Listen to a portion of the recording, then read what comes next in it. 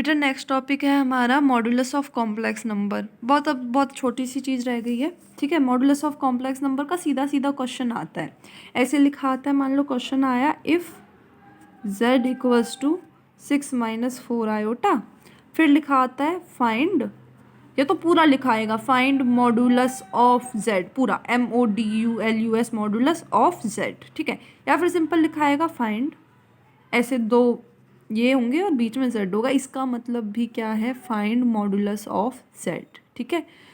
करना क्या है, सीधा फॉर्मूला है रियल पार्ट का स्क्वायर प्लस इमेजिनरी पार्ट का स्क्वायर रूट।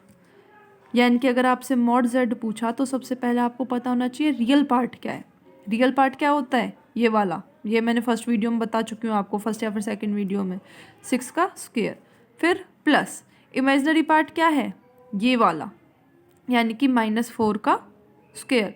यह हमेशा याद रखो, इमेजिनरी पार्ट में आयोटा नहीं लेते साथ में, सिर्फ उससे आगे जो लिखा हुआ है, प्लस का तो प्लस का, माइनस का तो माइनस का। आंसर क्या आएगा, 6 का स्क्वायर 36 -4 का स्क्वायर 16, यानी कि 6 + 6 12 + 1 3 + 4 दैट इज़ 5, ठीक है। तो आंसर आ गया आपका √52।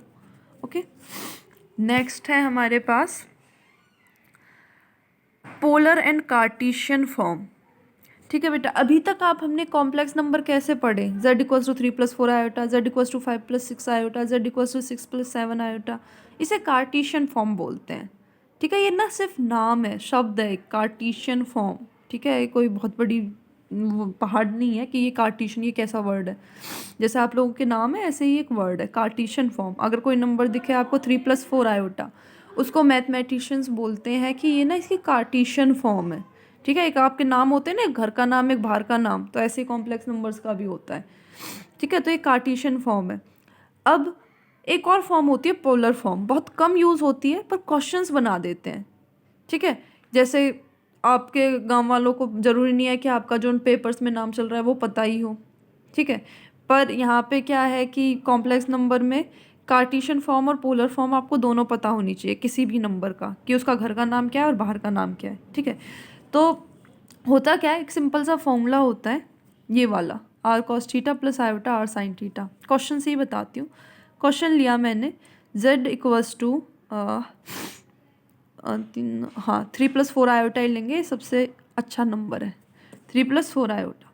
आपसे क्वेश्चन आएगा if z equals to 3 + 4 iota is Cartesian form of complex number then find its polar form, या फिर क्या आएगा, find, simple find polar form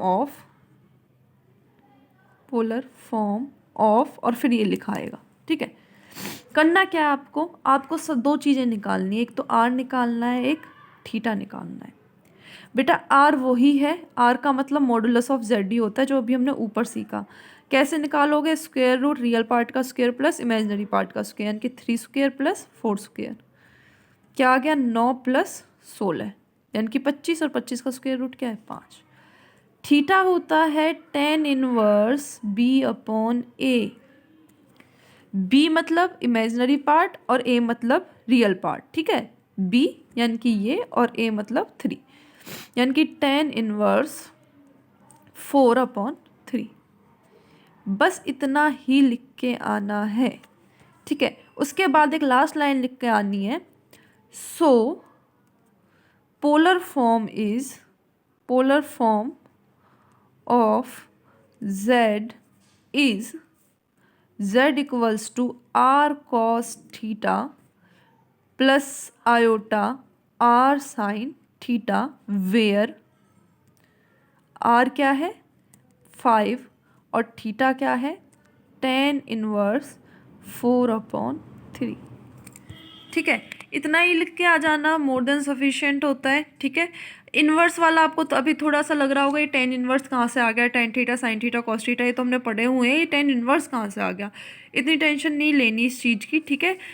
in fact जब ट्रिग्नोमेट्री आएगी तो मैं इन्वर्स वाला पूरा पोर्शन आपको बताऊंगी कि इन्वर्स क्या होता है, कैसे निकाला जाता है, ठीक है। सिर्फ आपको फिलहाल ऐसे लिख के आना है। फिर भी एक छोटा सा इंट्रोडक्शन दे देती हूँ आपको इन्वर्स का। अगर बेटा tan थीटा वाली टेबल तो सबको याद होती है, थीटा अगर 0 डिग्री हो, थीटा अगर 30 डिग्री हो, थीटा अगर 45 डिग्री हो, थीटा अगर 60 डिग्री हो, थीटा अगर 90 डिग्री हो। टेन थीटा 0 डिग्री पे 0 होता है, 30 डिग्री पे 1/√3 होता है, 45 डिग्री पे 1 होता है, 60 डिग्री पे √3 होता है और 90 डिग्री पे इन्फिनिटी होता है। टेन इनवर्स क्या होता है? उल्टा चलता है। इसके अंदर एंगल डालते हो ना, इसके अंदर ये वैल्यूज डलती हैं। मान लो मैं लिख दूँ टेन इनवर्स 1/√3, टेन इनवर्स 1/√3, तो टेन थीटा 30 पे कितना था? 1/√3। ये टेन इनवर्स 1/√3 पे क्या होगा? 30। उल्टा चलता है। टेन इनवर्स 1 क्या आएगा? 45। टेन इनवर्स √3 क्या आएगा? 60। टेन इनवर्स इन्फिनिटी क्या आएगा? 90। टेन इनवर्स 0 क्या आएगा? 0 डिग्री। अब टेन इनवर्स 4/3, 4/3 जैसी तो यहाँ कोई वैल्यू आपने याद ही नहीं करी हुई ना, तो आप कहाँ से बता दोगे? नहीं पता आपको थीटा, तो इसको इतना ही छोड़ के आना है। ठीक है, डन।